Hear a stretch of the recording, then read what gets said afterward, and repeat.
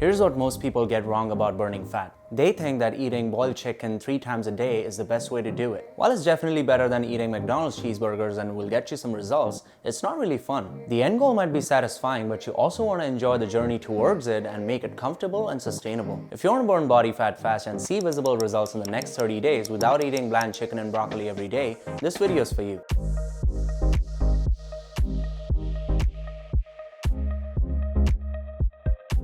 What's up people, I'm Adwait and welcome back. This channel is all about fitness and fashion for men without all the BS, so if you're new here, make sure you smash that subscribe button. Today we're talking the best pre and post-workout foods that max out on protein and still give you the perfect amount of carbs to fuel your workouts. Before I get to the food, it's important to know that there's 2 ways your body burns calories. The first is active calories, which is basically burning calories from any physical activity. This includes your daily chores, any work that requires physical movement, and of course your gym workouts. A lot of people just focus on this and run on the treadmill for an hour before eating a bunch of crap. What they often ignore is the second way your body burns calories. These are called resting calories, which your body is constantly burning to regulate the essential functions of your organs. This means that you're burning fat even when you're sitting in a chair or while sleeping. This energy expenditure is called resting metabolic rate or basal metabolic rate and makes up to 60 to 70% of your total calories burned every single day. So hitting the gym and eating donuts after your workout isn't really going to help you. You need to ensure that the food you eat is high in volume and low on calories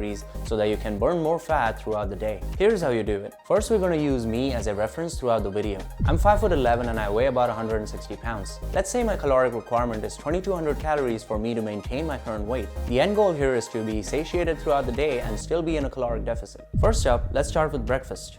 I know your mom told you that breakfast is the most important meal, but it's really not. Honestly, if you're trying to lose weight, I think you should just skip it, especially if you work out in the evening. It's going to be hard for the first couple of days, but it gets easier once you get used to it. Skipping breakfast puts you in a fasted state till lunchtime, so your body has no other choice but to rely on burning the stored fat to get energy. Sure, having a nice big breakfast gives you energy throughout the day, but if losing weight is your goal, remember, by starting your day off with a loaded meal, you're just piling up more calories on top of your stored fat for your body to burn. If you want to lose fat, you need to stay in a fasted state or a deficit for the most part of the day where your body is burning active calories. Next up, let's talk lunch, because I know you're probably starving by now. But we're splitting this in 2 parts. Part 1 will primarily focus on your protein intake. This is going to be your first meal and also your pre-workout to some extent, provided you hit the gym after your work or school. I recommend light meals that are high in protein, which ensure that you don't lose muscle when you're burning calories in the fasted state. You can go with grilled chicken breast or salmon that are some of the best lean protein sources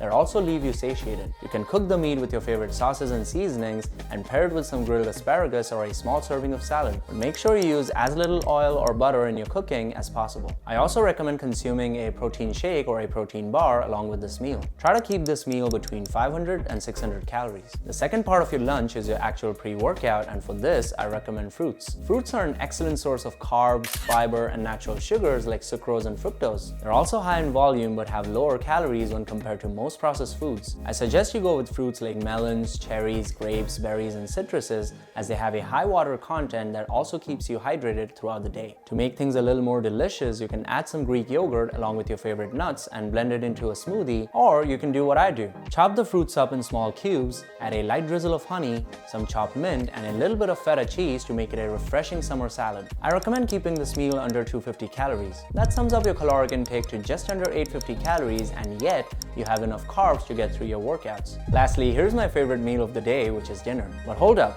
we're splitting this one too. The first part of your dinner is going to be very light. It's just going to be a post-workout protein shake or a protein bar if you want a light snack. This will be around 250 calories. The second part of your dinner is what you've been waiting for the whole day. This is a full meal which can again include chicken breast, fish, or steak along with your favorite veggies. I want you to truly enjoy this meal, so you can go with your choice of sauces and seasonings. You can also go a little liberal with your use of oil and butter as long as you don't eat something that's fried and super heavy on carbs. However, you need to keep this meal under 800 calories. In conclusion, you've roughly consumed 1,850 calories. So if your maintenance is 2,200 calories, you're still in a deficit of 350 calories. On top of this, if you worked out in the gym, you've burned an additional 250 to 400 calories depending on the intensity and the duration of your workouts. So in a nutshell, you're in a deficit of at least 600 calories. This means your body has 600 calories less than its requirement, and as a result, it will start breaking down the stored fat to make up the difference. Now these numbers are just an example based on my caloric requirements and lifestyle lifestyle,